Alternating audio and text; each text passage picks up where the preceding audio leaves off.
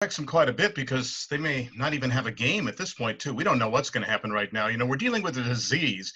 We're trying to set rules for something that is against rules. Let's just be honest here.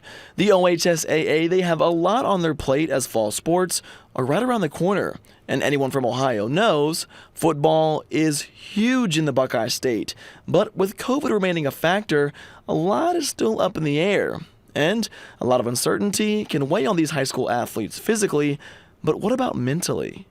They talk about the effects physically of playing a sport too. There are mental aspects that are involved too that I know the Coaches Association is concerned about. If these kids don't have a chance to play sports, what happens to them from a social standpoint and a mental health standpoint too?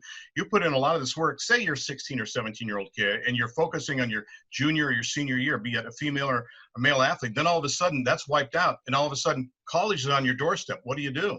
And what about the other major factor when it comes to these games? Not just fans, but parents.